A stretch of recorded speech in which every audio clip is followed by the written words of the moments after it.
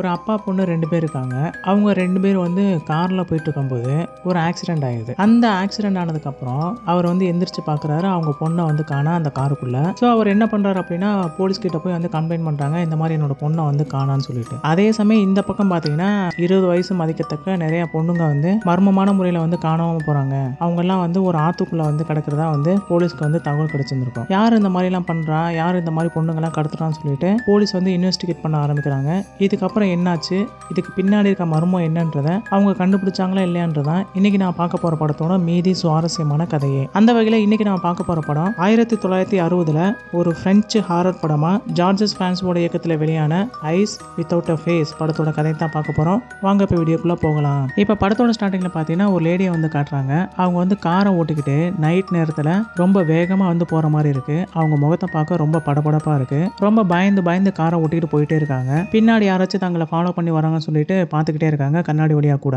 அப்ப அப்படியே பார்த்தீங்கன்னா பின்பக்கம் இருக்கிற சீட்ல யாரோ ஒருத்தவங்க வந்து உட்காந்துருக்க மாதிரி இருக்கு. அவங்க தொப்பியெல்லாம் போட்டிருக்காங்க. அவங்க முகம் என்னன்றது வந்து நமக்கு சரியா தெரியல, ஒரே இருட்டா இருக்கு. இப்படியே பயந்து ஓட்டிட்டு போற அந்த லேடி என்ன பண்றாங்க அப்படின்னா, குறிப்பிட்ட இடத்துல வந்து அந்த காரை நிறுத்திட்டு கீழே பார்த்தீங்கன்னா அப்படியே அந்த டெட் பாடியை வந்து அப்படியே எடுத்துட்டு போறாங்க. அப்பதான் நமக்கு தெரியுது அது வந்து ஒரு இறந்து போன ஒரு பொண்ணோட உடம்பு. அவங்க அப்படியே அந்த பாடியை இழுத்துட்டு போயிட்டு கீழே இருக்க ஒரு ரிசர்வாயர் மாதிரி இருக்கு, அந்த தண்ணி கீழே போயிட்டு இருக்கு, அந்த ஆத்துக்குள்ள வந்து அந்த டெட் பாடி வந்து போட்டுட்டு அப்படியே எந்திரிச்சு போயிடுறாங்க. அப்படியே கட் பண்ணா அடுத்த நாள் பார்த்தீங்கன்னா இந்த பக்கம் வந்து ஒரு டாக்டரை வந்து காட்டுறாங்க. அவர் பேர் வந்து ஜெனசையர். அவர் பார்த்தீங்கன்னா ஒரு மிகப்பெரிய டாக்டர், நல்ல ஃபேமஸான ஒரு பாரிஸ்ல. ஸோ நல்ல பேரு புகழ்னு கொடி கட்டி பறக்கிற ஒருத்தர். இவரோட பேக் ஸ்டோரி என்னன்னா, இவருக்கு வந்து கல்யாணம் ஆகிடுச்சு, ஒரு பொண்ணு இருப்பாங்க. அவங்களோட பேர் வந்து கிறிஸ்டியன். அவங்களோட ஒய்ஃப் பார்த்தீங்கன்னா 4 வருஷத்துக்கு முன்னாடியே வந்து இறந்து போயிருந்திருப்பாங்க. இவங்களோட செக்ரட்டரி தான் யாருன்னு பார்த்தீங்கன்னா, இப்போ படத்தோட ஸ்டார்டிங்ல ஒரு லேடி ஒருத்தவங்களை காமிச்சாங்க பார்த்தீங்களா, அவங்க தான் அவங்களோட பேர் என்னன்னு பார்த்தீங்கன்னா லூயிஸ். இப்போ இவர் என்ன ஸ்பீச் கொடுக்குறாருன்னு பார்த்தீங்கன்னா, இந்த படம் நடக்கிற காலகட்டம் எதுன்னு பார்த்தீங்கன்னா 1955 to 60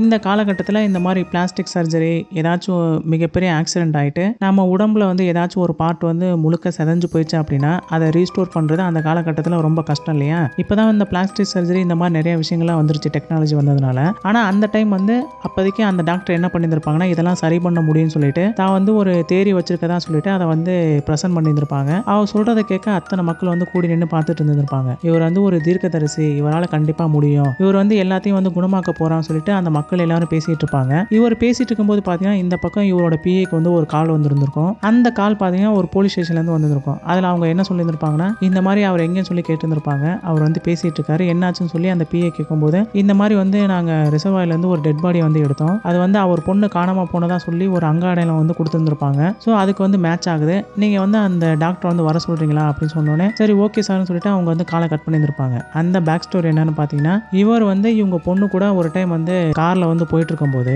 ஒரு மிகப்பெரிய ஆக்சிடென்ட் ஆயிருந்திருக்கும். அந்த ஆக்சிடென்ட்ல தான் இவர் எழுந்துச்சு பார்க்கும்போது அவங்க பொண்ணு வந்து கார்ல இருந்திருக்க மாட்டாங்க.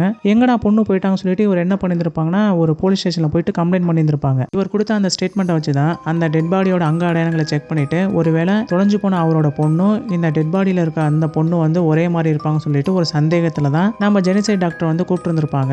இதுக்கப்புறம் அவர் ஸ்பீச்சை முடிச்சுட்டு அவர் என்ன பண்ணியிருப்பாங்கன்னா, அந்த பிஏ சொன்னதை கேட்டுட்டு நேராக கிளம்பி அந்த மெடிக்கல் சென்டர் ஹாஸ்பிட்டலுக்கு வந்து போறாங்க. அங்க பாத்தீங்கன்னா 2 பேரை வந்து காட்டுறாங்க. ஒருத்தர் வந்து அங்க இருக்க ஒரு டாக்டர், இன்னொருத்தவங்க இந்த மாதிரி மிஸ்ஸிங் பர்சன்லாம் இன்வெஸ்டிகேட் பண்ற ஒரு இன்ஸ்பெக்டர், அவரோட பேர் வந்து பேரட். இப்போ அவங்க 2 பேரும் என்ன பேசுறாங்கன்னு பாத்தீங்கன்னா, இந்த மாதிரி ஜெனிசர் வந்து அவங்க பொண்ணு காணாம போனதா 10 நாளைக்கு முன்னாடி வந்து கம்ப்ளைண்ட் கொடுத்தாரு. ஆனா இப்போ நம்ம வந்து அந்த ரிசர்வாயர்ல இருந்து எடுத்த அந்த டெட் பாடி பாத்தீங்கன்னா முகம் ஃபுல்லா வந்து செதஞ்சிருந்திருக்கு, அப்படியே ஓட்டை இருக்க மாதிரி இருக்கு. இது எப்படி வந்து சாத்தியம்?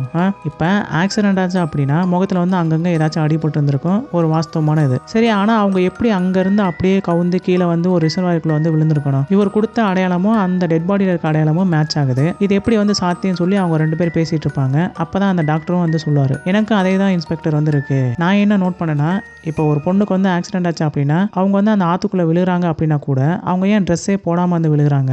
அதுவும் அவங்க முகம் பார்த்தீங்கன்னா முழுக்க வந்து அப்படியே வெட்டி எடுக்கப்பட்ட மாதிரி இருக்கு. அதுவும் வந்து எட்ஜஸ்லாம் வந்து ரொம்ப ஃபைனா இருக்கு. இப்படி கூர்மையா வச்சு எப்படி ஒருத்தவங்களால வந்து கட் பண்ணி எடுக்க முடியும்? இது வந்து யாரோ ஒருத்தவங்க வந்து திட்டமிட்டு பண்ணதா இருக்கணும்னு சொன்னோன்னே அந்த இன்ஸ்பெக்டர் கூட வந்து சொல்லுவாங்க, இல்ல டாக்டர் அப்படிலாம் இருக்காது, அந்த டெட் பாடி வந்து தண்ணிக்குள்ள விழுந்ததுக்கு அப்புறம் ஒரு 10 நாளா வந்து கடந்திருந்திருக்கு, அதனால முகம்லாம் வந்து உப்பி போயிருந்திருக்கும், வெளியில இருந்து அந்த ரேட்லாம் வந்து அதை குறிச்சு சாப்பிட்டு இருந்திருக்கலாம்னு சொல்லி அவர் சொல்லியிருந்திருப்பாங்க. இருந்தாலும் அந்த டாக்டரால வந்து அதை நம்பி இருந்திருக்க முடியாது. எப்படி நீங்க வந்து இதெல்லாம் சொல்றீங்க? இருந்தாலும் அவங்களோட அந்த ஸ்கால்ஃப் பாத்தீங்கன்னா சரியான எட்ஜஸ் மூலமா கட் பண்ணி எடுக்கப்பட்ட மாதிரி இருக்கு, இது எனக்கு வந்து ரொம்ப சந்தேகத்தை வந்து ஏற்படுத்துன்னு சொல்லி அவர் பேசிட்டு இருந்திருப்பாங்க. அப்படி பேசிட்டு இருக்கும்போது பாத்தீங்கன்னா அந்த டாக்டர் வந்திருந்திருப்பாங்க. அவன் அங்கே வந்துட்டான்னு சொல்லிட்டு அவனை போய் கூட்டிட்டு இவங்க 2 பேரும் வந்து உள்ள போறாங்க. இந்த மாதிரி நாங்க வந்து ஒரு டெட் பாடியை வந்து கண்டெடுத்தோம், அந்த ரிசர்வாயருக்குள்ள வந்து கடந்ததா சொல்லிட்டு எங்களுக்கு வந்து ரிப்போர்ட் வந்துச்சு, நாங்க போய் பார்த்தோம், இப்போ வந்து நாங்க கொண்டு வந்துட்டோம், அது வந்து உங்களோட பொண்ணா என்னன்னு வந்து நீங்க கை காட்டி சொல்லுங்கன்னு வந்து கேட்டிருந்திருப்பாங்க. உடனே நம்மளால என்ன பண்றாங்கன்னா உள்ள போயிட்டு அதை வந்து திறந்து பாக்குறாரு. ஆமா, இது வந்து என்னோட பொண்ணு தான், என்னோட கிறிஸ்டியன் தான், காணாம போன என்னோட பொண்ணு தான் அப்படின்னு சொன்னோன்னே இவங்களுக்கு வந்து பக்குன்னு இருக்கு. நல்லா பார்த்து சொல்லுங்க அப்படின்னு கேட்டோன்னே இல்ல நான் வந்து கன்ஃபார்ம் பண்றேன், இது என்னோட பொண்ணு தான் சொல்லிடுறாங்க. அடுத்த நாள் என்ன பண்றாங்க அப்படின்னா இந்த பொண்ணை வந்து இப்போ அந்த செமட்டரியில போட்டு புதைக்கணும் இல்லையா, ஸோ அந்த சடங்குக்காண்டி வந்து எல்லாருமே வந்துருப்பாங்க அவங்கள பார்க்கறதுக்காண்டி. அங்க பார்த்தீங்கன்னா அவங்க கூட வந்து ஒரு பர்சனை வந்து நின்றுட்டு இருந்திருப்பான். அவன் யாருன்னு பார்த்தீங்கன்னா நம்ம டாக்டர் கூட வேலை பார்க்குறவன். அந்த பையனை தான் வந்து இந்த இவங்க பொண்ணான அந்த கிறிஸ்டியனுக்கு வந்து கல்யாணம் பண்ணி வைக்கிறதா வந்து பேசியிருந்திருப்பாங்க. ஆனால் அதுக்குள்ள தான் பார்த்தீங்கன்னா அந்த பொண்ணு வந்து இப்படி இறந்து போயிட்ட ஒரு செய்தி கேட்டோன்னே அந்த பையன் வந்து ரொம்ப மனசு உடஞ்சு போயிருந்திருப்பான். இப்போ எல்லாருமே வந்தவங்க எல்லாரும் போனதுக்கப்புறம் அங்கே பார்த்தீங்கன்னா அந்த லூயிஸும் நம்ம ஜெனிசர் மட்டும் தான் இருக்காங்க. இப்போ நம்ம அந்த டாக்டர் என்ன சொல்றான்னா, இங்கே பாரு, அழுக வேண்டிய நேரம்லாம் இது கிடையாது, நீ வா என் கூட, நீ வந்து ரொம்ப சீன் போடான்னு சொல்லிட்டு அவர் என்ன பண்றான்னா அந்த லூயிஸை கூட்டிக்கிட்டு இவங்களோட அந்த வில்லாவுக்கு வந்து போறாங்க. அது பார்த்தீங்கன்னா ஊருக்கு வெளியில ரொம்ப பெரிய ஒரு பங்களா மாதிரி இருக்குங்க. சுற்றி எந்த விதமான வீடும் கிடையாது. இவங்க வீடே பார்த்தீங்கன்னா பல ஏக்கருக்கு வந்து இப்போ ரொம்ப பெருசாகவும் இருக்கு, அகன்று விரிஞ்சிருக்கு. உள்ள பார்த்தீங்கன்னா யாருமே வர முடியாது இவங்க 2 பேரை தவிர. இப்படி இருக்க அந்த வீட்டுக்கு போனதுக்கு அப்புறம் நம்மளால என்ன பண்றாருன்னா லூயிஸை வந்து இறக்கி விட்டுறாரு. அவங்க வந்து வீட்டுக்குள்ள போறாங்க. இவர் காரை வந்து சைடில் பார்க் பண்ணிட்டு அந்த சைடில் இருக்க ரூம்குள்ள வந்து பூந்து போறாங்க. அப்படியே உள்ள மாடிப்படி ஏறி உள்ள போறாங்க. அங்க பார்த்தீங்கன்னா ஒரு சீக்கிரட்டான ரூம் இருக்க மாதிரி வந்து காட்டுறாங்க. அந்த ரூம்குள்ள பார்த்தீங்கன்னா ஒரு பொண்ணு ஒருத்தவங்க படுத்திருக்காங்க. அவங்க முகத்தை வந்து அப்போதைக்கு காமிக்கப்படலை. அவங்க வந்து அப்படியே சைடில் படுத்திருக்க மாதிரி இருக்கு. நம்பால் போய் வந்து பேசுறாரு, கிறிஸ்டின் என்ன ஆச்சு, நீ ஏன் வந்து இவ்வளோ சோகமா வந்து படுத்திருக்க அப்படின்னு சொல்லி கேட்டோன்னே இங்கே பாருங்க என்னால் வந்து முடியலப்பா அப்படின்றாங்க. அப்பதான் நமக்கே தெரியுது அந்த கிறிஸ்டியன்னு சொல்லி ஒரு பொண்ணை வந்து இவர் கை காமிச்சாங்க பார்த்தீங்களா, ஒரு டெட் பாடியை, அது வந்து அவங்க பொண்ணே வந்து கிடையாது, இங்கே இருக்கவங்க தான் அவங்க பொண்ணே வந்து. சரி, எதுக்காண்டி இந்த காரணம் சொல்லி அவங்க 2 பேரும் வந்து பேசிட்டு இருப்பாங்க. அது மூலமா வந்து நம்மளால வந்து தெரிஞ்சுக்க முடியுது என்னன்னா, அப்போதைக்கு அவர் என்ன சொல்லுவார்னா, இங்கே பாருமா, நீ வந்து கவலைப்படாத, இதுக்கு முன்னாடி நம்ம வந்து ஒரு எக்ஸ்பெரிமெண்ட் பண்ணோம், ஒரு பொண்ணை வந்து கூட்டிட்டு வந்தோம், அவங்களோட ஸ்கால்ஃபை கட் பண்ணி உனக்கு வச்சு பார்த்தோம், அது வந்து சரியா வரல, எனக்கு வந்து ஃபெயில் ஆயிடுச்சு, ஆனா இது வந்து முடிவு இல்லை, நான் வந்து கண்டிப்பா உன்னை வந்து சரி பண்ணுவேன், என்னை வந்து நம்பு அப்படின்றாங்க. உடனே அந்த பொண்ணுக்கு பார்த்தீங்கன்னா ரொம்ப கோவமா தான் வருது. இங்க பாருங்கப்பா, என்னால் வந்து முடியல, அன்னைக்கு ஆக்சிடென்ட் ஆன போதே என்னை விட்டுட்டு போயிருந்தீங்கன்னா இன்னைக்கு இவ்வளோ பெரிய பிரச்சனையே வந்திருந்திருக்காது, என்னால் என்னோட முகத்தையும் வந்து பார்க்க முடியும்னு சொல்லிட்டு இருக்கும்போதே அவர் வந்து டக்குன்னு கை வச்சு பார்க்குறாரு. அவங்க முகத்தில் பார்த்தீங்கன்னா ஒரு மாஸ்க் வந்து எப்பவுமே போட்டு வந்திருப்பாங்க. ஏன்னா அவங்க முகம் முழுக்க பார்த்தீங்கன்னா செதஞ்சு போயிருந்திருக்கு. அது வந்து அவங்களுக்கு வந்து ஒரு மனதளவில் ஒரு தாக்கத்தை ஏற்படுத்தக்கூடாதுன்றதுக்காண்டி தான் அவங்க என்ன பண்ணியிருப்பாங்கன்னா ஒரு பிளாஸ்டிக் மாஸ்க் மாதிரி வந்து செஞ்சு இந்த பொண்ணை போட சொல்லி கொடுத்துருந்துருப்பாங்க. அதை இந்த பொண்ணு என்ன பண்ணியிருப்பாங்கன்னா கழட்டி போட்டு வந்திருப்பாங்க. இவருக்கு வந்து கொஞ்சம் கோவமாக தான் வந்திருக்கும். இங்கே பாரு, இந்த மாதிரிலாம் பண்ணாத, நான் வந்து உன்னை கண்டிப்பாக சரி பண்ணுவேன், என்னை வந்து நம்புன்னு சொல்லிட்டு அவர் வந்து கிளம்பி போயிடுறாரு. அதே சமயம் அந்த லூயிஸ்னு சொல்லப்படுற ஒரு இந்த பொண்ணு இருக்காங்க பார்த்தீங்களா, அவங்க தான் வந்து இந்த பொண்ணை டேக் கேர் பண்ணுறவங்க. ஒரு அம்மா மாதிரி வந்து பார்த்துக்க ஆரம்பிச்சிருப்பாங்க. அவங்க ஒய்ஃப் இறந்து போனதுக்கப்புறம் அவங்கள வந்து சொல்கிறாங்க, இங்கே பாரு, எனக்கும் இந்த மாதிரி தான் முகலாம் செதஞ்சிருந்துச்சு, உங்கள் அப்பா தான் வந்து என்னை வந்து சரிப்படுத்தினாரு, அதே மாதிரி உன்னே வந்து சரிப்படுத்துவாரு, இங்கே பாரு, நீ எதுக்கும் கவலைப்படாதான்னு சொல்லும்போது அந்த பொண்ணு வந்து சொல்கிறாங்க, இந்த மாதிரி எனக்கு வந்து என்னையே பார்க்கவே ரொம்ப பயமாக இருக்குது, இந்த மாஸ்க்கை பார்க்கவே எனக்கு ரொம்ப பயமாக இருக்குது அப்படிங்கும்போது, இங்கே பாரு, நீ சொன்னதுனால தான் இந்த ரூமில் இருக்க எல்லா கண்ணாடியும் வந்து நாங்கள் எடுத்துட்டோம், இருந்தபோது நீ எந்த ரிஃப்ளெக்ஷனில் வந்து நீ பார்த்து பயப்படுறேன்னு சொல்லி கேட்கும்போது, நான் கீழே பார்த்தாலும் இந்த வுட்டே ரொம்ப பளபளப்பாக இருக்குது, திறந்திருக்க அந்த ஜன்னல் பார்த்தீங்கன்னா ரொம்ப பளபளப்பாக இருக்குது, பக்கத்தில் இருக்க அந்த கத்தி பார்த்தீங்கன்னா அதுவும் ரொம்ப பளபளப்பாக இருக்குது, மாஸ்க் பார்த்தீங்கன்னா இதுவும் வந்து ரொம்ப பளபளப்பாக இருக்குது, இதெல்லாம் பார்க்கும்போது என்னோட முகத்தை பார்க்கும்போது எனக்கே வந்து ரொம்ப பயம் வந்துருதுன்னு சொல்லி அந்த பொண்ணு அழ ஆரம்பிச்சிருப்பாங்க. உடனே அந்த லூயிஸ் வந்து அவங்கள வந்து தேத்திட்டு இருந்திருப்பாங்க, இங்கே பாரு, அதெல்லாம் எதுவும் ஆகாது, உன்னை மறுபடியும் பழைய நிலைமைக்கு வந்து உங்கள் அப்பா கொண்டு வந்துடும் சொல்லி அந்த பொண்ணை வந்து தேத்திட்டு இருந்திருப்பாங்க. இப்போ இங்கே என்ன ஆச்சுன்னு பார்த்தீங்கன்னா, இவங்க பொண்ணுக்கு வந்து ஆக்சிடென்ட் ஆச்சுன்னு சொன்னேன் பார்த்தீங்களா கிறிஸ்டியனுக்கு, அது உண்மைதான். அந்த ஆக்சிடென்ட் ஆனதுக்கப்புறம் அவங்களோட முகம் வந்து பார்க்க முடியாத அளவுக்கு வந்து செதஞ்சு போயிருச்சு. ஸோ அதை வந்து அந்த டாக்டரால் வந்து சரிப்படுத்த முடியல. ஸோ அந்த டைம் என்ன பண்ணியிருப்பான்னா, தன்னோட பொண்ணு வந்து காணாமல் போயிட்டாங்க அப்படின்னு சொல்லிட்டு இவர் வந்து ரிப்போர்ட் பண்ணியிருப்பாங்க போலீஸில், ஒரு பொய்யான ஒரு கம்ப்ளைண்ட்டாக. அந்த பொய்யான கம்ப்ளைண்ட் எடுத்துட்டு தான் அவர் சொன்ன அந்த அங்காடையாளங்களை வச்சு ஒரு பொண்ணை வந்து எடுத்துருந்துருப்பாங்க ரிசர்வாயருக்குள்ள இருந்து. அந்த பொண்ணு வந்து தன்னோட தான் சொல்லிட்டு இந்த கேஸுக்கு வந்து ஒரு முற்றுப்புள்ளி வச்சிருந்திருப்பாங்க. ஏன்னா இதுக்கு முன்னாடி இந்த மாதிரி நிறைய பொண்ணுங்களை வந்து இந்த லூயிஸ் தான் போய் கூட்டிட்டு வருவாங்க. கடத்திட்டு வந்ததுக்கு அப்புறம் இவர் என்ன பண்ணுவாங்கன்னா அவங்களோட ஃபேஸை வந்து அப்படியே கட் பண்ணி, ஃபார் எக்ஸாம்பிளுக்கு வந்து இந்த டெக்சாஸ் சயின்ஸா படம் பார்த்துருந்தீங்கன்னா உங்களுக்கு தெரிஞ்சிருந்திருக்கும். அந்த லெதர் ஃபேஸ் என்ன பண்ணுவான்னா ஒருத்தனோட முகத்தை அப்படியே அறுத்து அவனோட முகத்துல வந்து தைச்சுப்பான். ஏன்னா அவனோட முகம் பார்க்கறதுக்கு வந்து ரொம்ப கொடூரமா இருக்குன்னு. அதே மாதிரி தான் இங்கே பார்த்தீங்கன்னா என்ன ஆகுதுன்னா, இந்த லூயிஸ் என்ன பண்ணுவாங்கன்னா வெளியில இருக்க இந்த பொண்ணோட வயசுல இருக்க நிறைய பொண்ணுங்களை ஒவ்வொருத்தவங்களா கடத்திட்டு வர்றதா அவங்களோட வேலை. இந்த டாக்டர் என்ன பண்ணுவாங்கன்னா அப்படியே அந்த ஃபேஸை வந்து கட் பண்ணி இந்த பொண்ணுக்கு வந்து போட்டு பார்த்துருந்துருப்பாங்க. இதுல என்ன ஒரு பிரச்சனை அப்படின்னா, இப்போ வந்து நமக்கு வந்து இப்போ ஏதாச்சும் ஒரு இடத்துல அடிபட்டிருக்கு அப்படின்னா வந்து டாக்டர்லாம் வந்து ஸ்டிச் பண்ணுவாங்க இல்லையா, அந்த மாதிரி வந்து தையல் போடும்போது என்ன ஆகும், அந்த டிஷ்யூஸ்லாம் மறுபடியும் வந்து வளர ஆரம்பிச்சு ஒன்று சேர்ந்துடும். இப்போ இந்த பொண்ணுக்கு என்ன பிரச்சனை அப்படின்னா, அது வந்து நம்மளோட பாடியாக இருக்கிறதுனால அது வந்து கரெக்டாக ஒத்துக்கும். இப்போ வேற ஒருத்தவங்களோட பொண்ணோட எடுத்து இன்னொரு பொண்ணுக்கு வைக்கும்போது பார்த்தீங்கன்னா அந்த டிஷ்யூஸ் வந்து சம்டைம்ஸ் வந்து சைடு எஃபெக்ட் ஆகி அது வந்து ஒத்துக்காம போயிட்டு மறுபடியும் வந்து அந்த தோல்லாம் பிச்சுக்கிட்டு வர ஆரம்பிச்சிடும் இல்லையா, அந்த மாதிரியான ஒரு பிரச்சனை இந்த பொண்ணுக்கு வர ஆரம்பிச்சிருந்திருக்கும். அதனால சரியான ஒரு பர்சனை வந்து இவங்க தேடிட்டு இருந்திருப்பாங்க. அதனால தான் ஒவ்வொரு பொண்ணுங்களா கடத்தி இந்த மாதிரி எல்லா வேலையும் இவங்க வந்து சீக்கிரட்டா வந்து பண்ணியிருந்திருப்பாங்க. இது தெரியக்கூடாதுன்றதுக்காண்டி தான் இப்போ வந்து கடைசியாக அந்த ஜெனசிட் டாக்டர் என்ன பண்ணியிருந்திருப்பாங்கன்னா, என்னோட பொண்ணு வந்து அந்த பொண்ணு தான் சொல்லி வந்து காமிச்சிட்டு அந்த பொண்ணுக்கான டெத் சர்டிஃபிகேட்டையும் வாங்கியிருந்திருப்பாங்க. இப்போ இந்த பொண்ணு வெளி உலகத்தில் வந்து யாருக்குமே வந்து தெரியாது. இவங்க வந்து இறந்து போயிட்டு தான் சொல்லி தானே வந்து எல்லாரும் நினைப்பாங்க. அப்போ இவர் பண்ணுற அந்த தில்லாலங்கடி வேலையெல்லாம் வந்து யாருக்குமே தெரியாதுன்ற ஒரு நம்பிக்கையில தான் அவர் இந்த மாதிரிலாம் வந்து பண்ணியிருந்திருப்பாங்க. இப்போ என்னாச்சுன்னு பார்த்தீங்கன்னா, இப்போ மறுபடியும் இன்னொரு பொண்ணை வந்து இவங்க கூட்டிகிட்டு வரணும். ஸோ அதுக்காண்டி அந்த லூயிஸ் என்ன பண்ணியிருப்பாங்கன்னா, அவங்களோட காரை எடுத்துகிட்டு டவுனுக்குள்ளே வந்து போகிறாங்க. அங்கே பார்த்தீங்கன்னா ஒரு தேட்டருக்கு முன்னாடி நிறைய பேர் வந்து நிற்கிற மாதிரி இருக்குது. இவங்க என்ன பண்ணாங்கன்னா, அதில் வந்து யார் சரிப்பட்டு வராங்கன்னு சொல்லி தேடிட்டே இருக்கும்போது ஒரே ஒரு பொண்ணு வந்து கடைசியாக நிற்கிறாங்க. அவங்க பார்க்குறதுக்கு வந்து தனியாக ஃப்ரெண்ட்ஸ் கூட இல்லாமல் வந்த மாதிரி இருக்குது. ஸோ அவங்க என்ன பண்ணாங்கன்னா, அந்த பொண்ணுக்கிட்ட போய் பேச்சு கொடுக்குறாங்க. இந்த மாதிரி என்கிட்ட வந்து 2 டிக்கெட் இருக்குது, நல்ல எக்ஸ்பென்சிவ் டிக்கெட் தான். என் ஃப்ரெண்டு கிட்ட வந்து நான் வரையான்னு சொல்லி கேட்டிருந்தேன், வந்து வரேன்னு சொல்லியிருந்தான். இப்போ கடைசி நிமிஷத்தில் வந்து காலம் வரைட்டான். இந்த டிக்கெட்டை வந்து நான் யார்கிட்ட வந்து கொடுக்கணும்னு தெரியல, நீங்கள் வரீங்களா, நீங்கள் பார்க்க தனியாக தான் இருக்கீங்கன்னு சொல்லி கேட்டோன்னே, நான் வந்து நீங்கள் கொடுத்த ஆஃபருக்கு வந்து நான் ரொம்ப மகிழ்ச்சியாக தான் இருக்கேன். ஆனால் இந்த டிக்கெட் பார்க்க ரொம்ப எக்ஸ்பென்சிவாக இருக்குது. நான் வந்து ஒரு அஃபோர்டபுளான காஸ்ட்டில் தான் வாங்கணும்னு நினச்சேன். ஆனால் இதை என்னால் வாங்க முடியாதுன்னு சொன்னோன்னே, இங்கே பாருங்கள், நீங்கள் வந்து காசுலாம் கொடுக்க வேணாம், நான் வந்து இதை உங்களுக்கு ஃப்ரீயாகவே தரேன்னு சொன்னோன்னே அந்த பொண்ணு வந்து இதுக்கு ஆசைப்பட்டு அந்த பொண்ணை வந்து இந்த லூயிஸ் என்ன பண்ணாங்கன்னா கூட்டிகிட்டு போகிறாங்க. அந்த பொண்ணோட பேர் என்னன்னு பார்த்தீங்கன்னா எட்னா. இந்த பொண்ணு வந்து சுவிட்சர்லாந்து நாட்டு சார்ந்தவங்க. பிரான்ஸில் இருக்க அந்த பாரிஸ் நகரத்தில் வந்து படிச்சுட்டு இருந்திருப்பாங்க, ஒரு ரூம் எடுத்து தங்கி. இப்போ அவங்கள கூட்டிகிட்டு போனதுக்கப்புறம் அவங்க என்ன பண்ணுறாங்கன்னா, எனக்கு வந்து இந்த மாதிரி கிளாஸ் இருக்குது, நான் வந்து போயிட்டு வந்துடுறேன்னு சொல்லிட்டு அந்த எட்னான்ற பொண்ணு வந்து கிளாஸ்க்கு கிளம்பி போயிடுறாங்க. சரி, நான் உனக்காக இந்த காஃபி ஷாப்பில் தான் இருப்பேன், நீ கிளாஸை முடிச்சுட்டு ரிட்டன் இங்கேயே வான்னு சொன்னோன்னே அந்த பொண்ணு என்ன பண்ணியிருப்பாங்கன்னா, கிளாஸை முடிச்சுட்டு மறுபடியும் அதே காஃபி ஷாப்புக்கு வந்துருந்துருப்பாங்க. அங்கே பார்த்தீங்கன்னா நம்ம லூயிஸ் தான் உட்காந்துருப்பாங்க. உன்னோட நிலைமை வந்து எனக்கு புரியுது, உனக்காண்டி வந்து நான் ஒரு விஷயம் வந்து ஆஃபர் பண்ணுறேன், உனக்காண்டி வந்து ஒரு ரூம் ஒன்று பார்த்து வச்சுருந்துருக்கேன். இந்த மாதிரி நீ ரொம்ப தூரத்துலேருந்து படிக்க வரேன்ற உங்கள் அம்மா அப்பாலாம் நீ கண்டிப்பாக மிஸ் பண்ணுவேன், உனக்கு சரியான ரூம்லாம் இருக்காது, நான் உனக்கு வந்து காட்டுறேன்னு சொல்லிட்டு அவங்க என்ன பண்ணாங்கன்னா சொன்னோன்னே அந்த பொண்ணுக்கு வந்து பிடிச்சி போயிடுது. பரவாயில்ல, யாரோ ஒருத்தவங்க நமக்கு வந்து உதவி செய்கிறாங்கன்னு சொல்லிட்டு அந்த பொண்ணு வந்து அந்த லூயிஸோட பேச்சை கேட்டுட்டு அவங்களோட காரில் ஏறிட்டு கிளம்ப ஆரம்பிக்கிறாங்க. அந்த பொண்ணு கூட வந்து கேட்டுருந்துருப்பாங்க, எவ்வளோ தூரம் போகணும்னு கேட்டோன்னே, இன்னும் கொஞ்சம் தூரம் தான், அந்த 2 கிலோமீட்டர் சொல்லுவாங்க பார்த்தீங்களா, அந்த மாதிரி சொல்லி ஏமாற்றி அப்படியே கூட்டிகிட்டு போயிருந்துருப்பாங்க ஊருக்கு வெளியில்.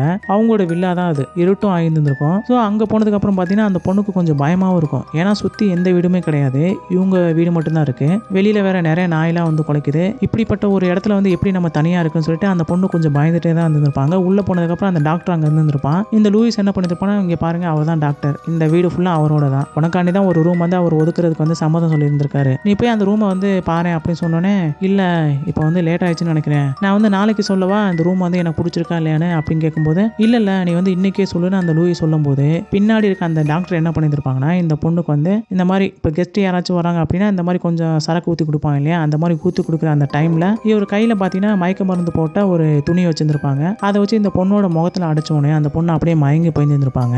இப்போ அந்த பொண்ணை அப்படியே இவங்க என்ன பண்ணியிருப்பாங்கன்னா, அவங்க வீட்டிலே பார்த்தீங்கன்னா ஒரு கிளினிக் இருந்திருக்கும், அது யாருக்குமே தெரியக்கூடாதுன்றதுக்காண்டி அந்த ரூமை கிராஸ் பண்ணி போகிறதே ரொம்ப திகில் மாதிரி வச்சுருப்பாங்க. ஏன்னா அதுக்கு முன்னாடி பார்த்தீங்கன்னா நிறைய நாயெல்லாம் வளர்த்துருந்துருப்பாங்க. அந்த நாய் இருக்க இடத்த வந்து கிராஸ் பண்ணி உள்ளே போனால் தான் அந்த கிளினிக்குள்ள வந்து போக முடியும். தெரியாதவங்க யாராச்சும் வந்துட்டாங்க அப்படின்னா அந்த நாய்கள் வந்து கடிக்கிறதுக்கு நிறைய வாய்ப்புகள் இருக்குது. ஸோ அவங்க என்ன பண்ணியிருப்பாங்கன்னா, அங்கே போனதுக்கப்புறம் அந்த பொண்ணு மயக்கத்தில் இருக்கான். ஸோ அந்த டாக்டர் என்ன பண்ணியிருப்பாங்கன்னா, அந்த பொண்ணு கூட சேர்ந்துக்கிட்டு அந்த எட்னான்ற அந்த பொண்ணோட முகத்தில் வந்து நல்லா மார்க்லாம் பண்ணிட்டு அப்படியே ஒரு கத்தியை வச்சு அப்படியே அவங்க முகத்தை வந்து கிழிச்சு எடுத்துடுறாங்க.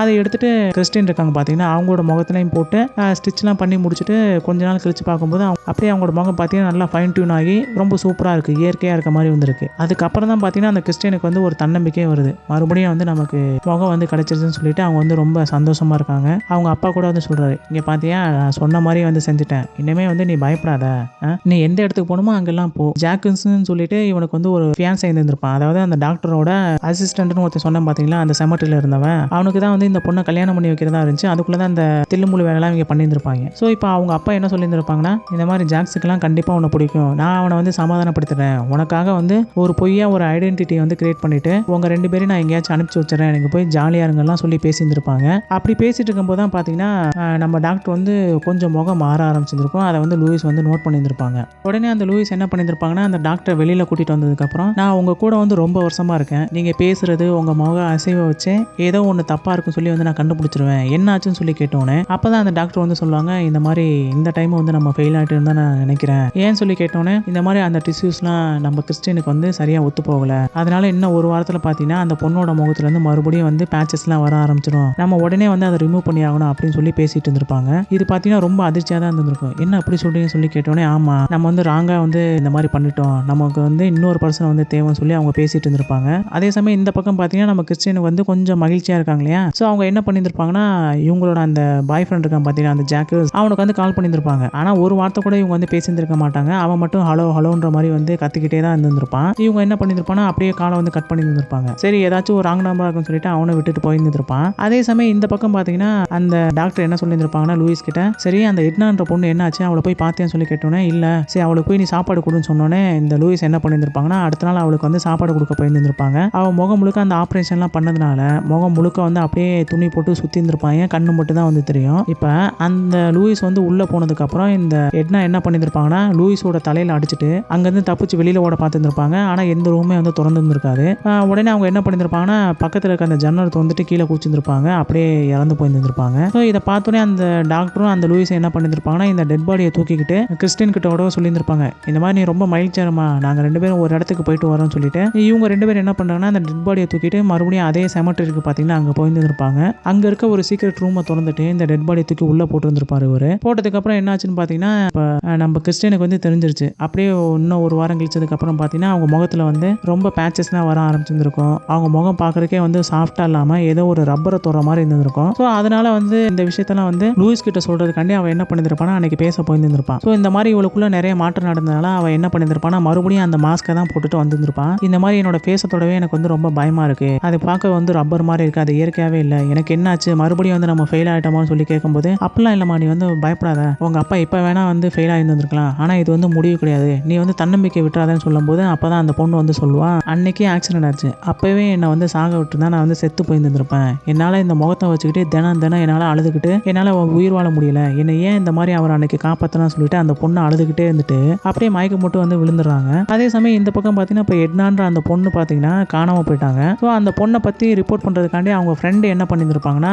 ஒரு போலீஸ் ஸ்டேஷன் வந்திருப்பாங்க. அங்கே யார் இருக்குது, நம்ம பேரட் தான் இருப்பார். ஸோ அவர்கிட்ட போயிட்டு அந்த பொண்ணு வந்து சொல்கிறாங்க, இந்த மாதிரி கடைசியாக வந்து நான் எட்னாவை பார்க்கும்போது அவங்க கிட்ட வந்து ஒரு லேடி பேசினதாகவும் அவங்க கழுத்தில் வந்து நிறைய முத்து பதிச்ச ஒரு நெக்லஸ் போட்டிருந்ததாகவும் அவங்க வந்து என்னை வந்து கூப்பிட்டாங்கன்னு சொல்லி என்கிட்ட வந்து சொன்னா, அவங்க பார்க்க போறேன்னு வந்து சொன்னா, அதுக்கப்புறம் தான் அவள் வந்து காணாமல் போயிட்டா அப்படின்னு சொல்லிட்டு ஒரு கம்ப்ளைண்ட் வந்து கொடுத்துட்டு அவங்க வந்து போயிருந்திருப்பாங்க. இதை பார்த்தீங்கன்னா அங்கே இருக்க இன்னொரு பொண்ணு வந்து கேட்டுக்கிட்டே தான் இருந்திருப்பாங்க. அந்த பொண்ணோட பேர் பார்த்தீங்கன்னா பாலட். அந்த பொண்ணு என்ன பண்ணியிருந்திருப்பாங்கன்னா இந்த மாதிரி கடையில் இருக்க நிறைய பொருட்களை வந்து திருடி இருந்திருப்பாங்க.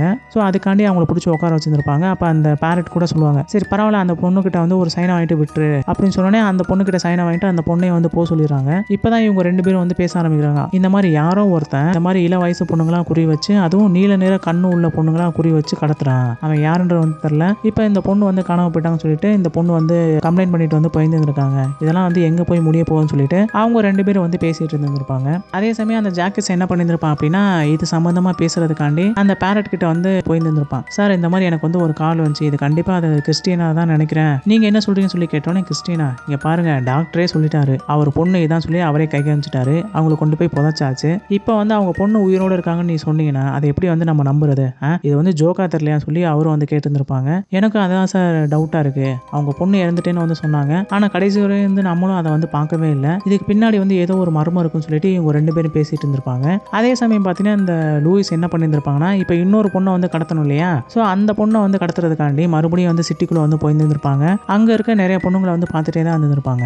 அதுல பாத்தீங்கன்னா இப்ப பாலட்னு சொல்லிட்டு ஒரு பொண்ணு வந்து கடையில போய் நிறைய பொருட்களை திருடான்னு சொன்னேன் பாத்தீங்களா, அந்த பொண்ணு என்ன பண்ணியிருந்திருப்பாங்கன்னா மறுபடியும் வந்து ஸ்டேஷனுக்கு போயிருந்திருப்பான். ஏன்னா இவ வந்து திருடினதுனால டெய்லி வந்து கையெழுத்து போட்டுட்டு போகணும் வந்து சொல்லியிருந்திருப்பாங்க. அதனால அடுத்த நாள் கையெழுத்து போறதுக்காண்டி அந்த ஸ்டேஷனுக்கு போகும்போது அப்பதான் வந்து அந்த பொண்ணு சொல்லுவா, இந்த மாதிரி நீங்க பேசிட்டு இருந்த அந்த பொண்ணை வந்து நான் பார்த்தேன், அது வந்து ஒரு சிகப்பு கலர் காரு, நிறைய பொண்ணுங்களை வந்து அவ தான் கூட்டிட்டு போறான் வந்து நான் நினைக்கிறேன், அவங்க கழுத்துல தான் அந்த பேர்ல் நெக்லஸ்லாம் வந்து போட்டிருந்தாங்க அப்படின்னு சொன்னோன்னே, என்ன இது வந்து ஒரு பெரிய தலைவலியா இருக்கும் போது இந்த கேஸ், இதுக்கு பின்னாடி ஏதோ ஒரு மர்மம் இருக்கு, இந்த பொண்ணு தான் பாத்தீங்கன்னா அந்த டாக்டர் கூட வேலை பார்க்குறாங்க, அப்ப அந்த டாக்டர் தான் வந்து ஏதாச்சும் ஒரு தில்லாலங்கடி வேலை பார்க்குறோன்னு என்னமோ நினைச்சிட்டு அதனால இவங்க 3 பேர் என்ன பிளான் பண்ணியிருந்திருப்பாங்க அப்படின்னா இந்த பாலட்டை வந்து ஒரு பகடக்காயை பயன்படுத்திட்டு அந்த பொண்ணுகிட்ட என்ன சொல்லியிருந்திருப்பாங்கன்னா, இந்த மாதிரி பொண்ணு நீ என்ன பண்றனா உனக்கு வந்து ஒரு லெட்டர் எழுதி தரேன், நீ என்ன பண்ணனா ஒரு ஃபேக்கா வந்து அந்த ஹாஸ்பிட்டலில் போய் அட்மிட் ஆகு, அங்க வந்து என்ன பண்றாங்கன்றத வந்து எங்க கிட்ட வந்து சொல்லு அப்படின்னு இவங்களும் என்ன பண்ணியிருந்திருப்பாங்கன்னா சரின்னு சொல்லிட்டு அங்க போயிருந்திருப்பாங்க.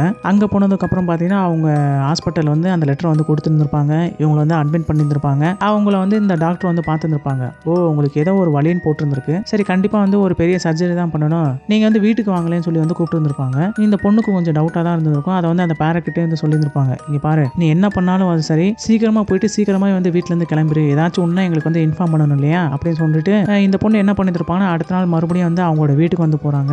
அங்க போனதுக்கு அப்புறம் பாத்தீங்கன்னா டக்குன்னு அந்த ஷாட் கட் ஆகிற மாதிரி இருக்கு. இந்த பொண்ணை பாத்தீங்கன்னா மயக்கமான நிலைமையில வந்து படுத்திருக்க மாதிரி இருக்கு. அவங்களோட முகத்துல பாத்தீங்கன்னா பெரிய மார்க்லாம் போடுறாங்க. போட்டதுக்கு அப்புறம் அந்த பொண்ணோட கழுத்துல கத்தியை வச்சு அறுக்கலான்னு இந்த டாக்டர் போறதுக்கு முன்னாடி பாத்தீங்கன்னா அந்த லூயிஸ் வந்து வெளியில இருந்து உள்ள வந்திருப்பாங்க. இந்த மாதிரி உங்களை பாக்குறதுக்கு வந்து போலீஸ்லாம் வந்திருக்காங்க, என்னன்னு தெரியல, நீங்க போய் பாருங்களேன் சொன்னோன்னே டக்குன்னு பாத்தீங்கன்னா இவர் கீழே இறங்கி போறாரு. அங்க பாத்தீங்கன்னா இன்ஸ்பெக்டர் பேரட்டும் அவரோட அசிஸ்டன்ட் நிக்கிறாங்க. இந்த மாதிரி இந்த பொண்ணை நீங்க பாத்துருக்கீங்களா சொல்லி கேட்டோன்னே, இந்த பொண்ணா தெரியலையே, இவங்க பேர் பாலட்டு, உங்களோட ஹாஸ்பிட்டல் தான் வந்து அட்மிட் ஆயிருந்தாங்க, நீங்க தான் வீட்டுக்கு வர சொன்னீங்கன்னு சொல்லி கேட்டோன்னே, ஓ அந்த பொண்ணா, ஆமா ஆமா ஆமா, கொஞ்ச நேரத்துக்கு முன்னாடி தான் இங்கேருந்து கிளம்பி போனாங்க, நான் அப்பயே அனுப்பிச்சிட்டேனே, என்ன ஆச்சுன்னு சொல்லி கேட்டோன்னே, இல்லை இங்கே வந்ததான் சொன்னாங்க, இதுக்கப்புறம் ரிட்டர்ன் வரல, அதனால தான் நாங்கள் வந்து இங்கே இன்வெஸ்டிகேட் பண்ணலான்னு வந்தோம் சொல்லி கேட்டோன்னே, இல்லை சார் நாங்கள் வந்து முன்னாடியே அனுப்பிச்சிட்டோம், நீங்கள் போங்கன்னு சொன்னோன்னே அந்த போலீஸ்காரங்களுக்கும் கொஞ்சம் டவுட்டாக தான் இருந்திருக்கும். சரி நிஜமாவே வந்து போயிட்டாங்கன்னு சொல்லிட்டு அவங்க என்ன பண்ணியிருப்பாங்கன்னா தயங்கி தயங்கி வந்து வெளியில் போக ஆரம்பிச்சிருப்பாங்க. அதே சமயம் அந்த பக்கம் பார்த்தீங்கன்னா அந்த பாலட்னு சொன்ன பார்த்தீங்கன்னா அந்த பொண்ணு என்ன பண்ணியிருப்பாங்கன்னா டக்குன்னு எந்திரிச்சு பார்க்குறாங்க.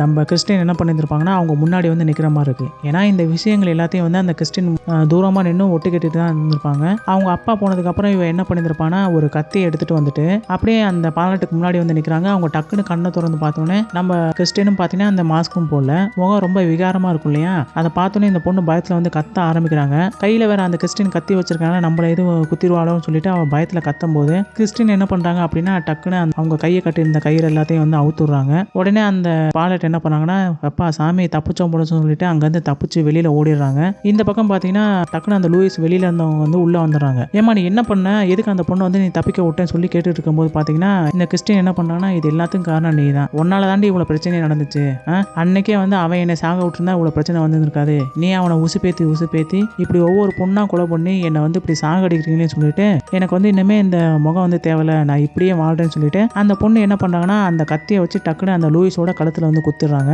அவ அப்படியே ஏதோ பேச வந்த ஆக்கில் வந்து அப்படியே கீழே விழுந்து இறந்து போயிடுறாங்க. இந்த பக்கம் பார்த்தீங்கன்னா அவ என்ன பண்றான்னா அப்படியே வெளியில வர்றான். அந்த கிளினிக்கை தாண்டினா நிறைய நாயெல்லாம் வளர்ப்பாங்க சொன்னேன் பார்த்தீங்கன்னா அந்த நாய் எல்லாத்தையும் வந்து திறந்து விட்டுறான். எல்லா நாய் வந்து குறைச்சிட்டு வெளியில ஓட ஆரம்பிக்குது. அதே சமயம் அந்த பக்கம் பார்த்தீங்கன்னா அந்த டாக்டர் வந்து இப்போ கீழே தான் இருக்காரு இல்லையா, ஸோ அவருக்கு மட்டும் தான் அந்த சீக்கிரட்டான ரூமுக்கும் எப்படி போறது வந்து தெரியும். ஸோ அந்த சைடு வேல இருந்து அவர் உள்ள போலாம் சொல்லி பார்த்துட்டு இருக்கும்போது நாயெல்லாம் வந்து குறைச்சிக்கிட்டு இருந்திருக்கும். என்னடா நாயெல்லாம் குறைச்சிருக்குன்னு சொல்லிட்டு அவர் அந்த சைடில் போவார். அப்போதைக்கு அவர் புதுசாக வாங்கின நிறைய நாயெல்லாம் இருந்திருக்கும். அந்த நாயெல்லாம் பார்த்தீங்கன்னா அவருக்கு அடையாளம் தெரியாம அப்படியே வந்து அவரை கடிச்சு அப்படியே கொஞ்சம் கொஞ்சமாக இழுத்துட்டு போக ஆரம்பிச்சிருக்கும். ஒரு நாய் பண்ணதுனால அப்படியே மற்ற எல்லா நாயும் வந்து அவரை கொஞ்சம் கொஞ்சமாக கடிச்சு இவர் எப்படி ஒவ்வொரு பொண்ணுங்களா கடத்திட்டு வந்துட்டு எல்லா பொண்ணுங்களோட முகத்தை வந்து இவர் அறுத்தாரோ அதே மாதிரி அந்த நாயெல்லாம் இவரோட முகத்தை போட்டு கடிச்சு அவரோட முகம் வந்து ரொம்ப விகாரமாக மாறி அப்படியே அவர் வந்து இறந்து போயிருந்திருப்பாங்க. இந்த பக்கம் கிறிஸ்டின் என்ன பண்ணியிருப்பாங்கன்னா அப்படியே வெளியில போறாங்க.